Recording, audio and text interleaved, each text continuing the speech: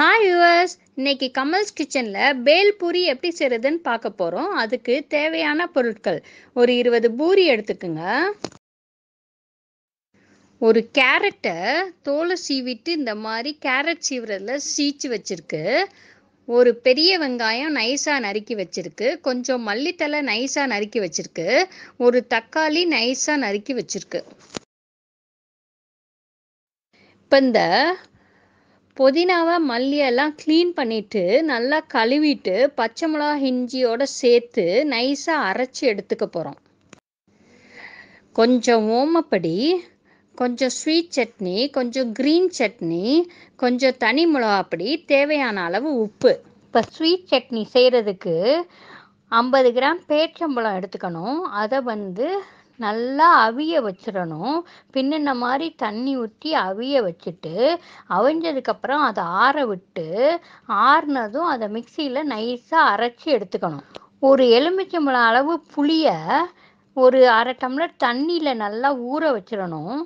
அது நல்லா கரைச்சிட்டு அந்த சக்கையை எடுத்துட்டு அதுக்கப்புறம் ஒரு குழிக்கரண்டி வெல்லத்தை நல்லா சீச்சு அந்த தண்ணியில் ஆட் பண்ணிடணும்.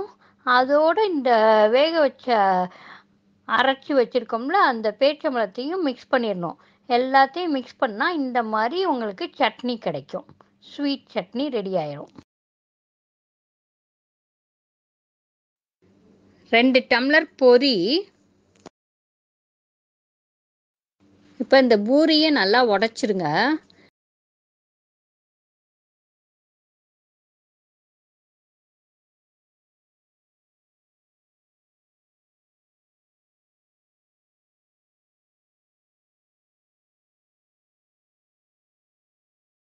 இந்த பொரியும் ஆட் பண்ணிடுங்க.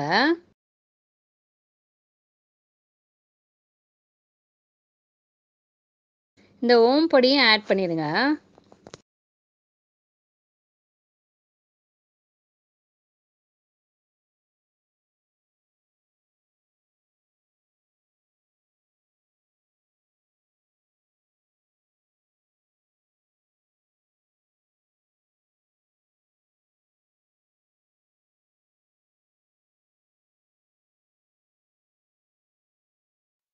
இப்போ இந்த கேரட்டு, வெங்காயம், தக்காளி, மல்லித்தலையோட கொஞ்சம் உப்பு சேர்த்து கலந்துட்டு இதோட ஆட் பண்ணிடுங்க.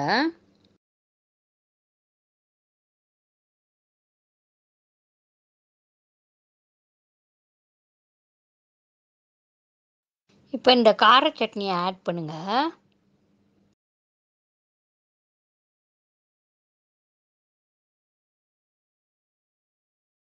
அதுக்கப்புறம் இந்த ஸ்வீட் சட்னியை ஆட் பண்ணிடுங்க.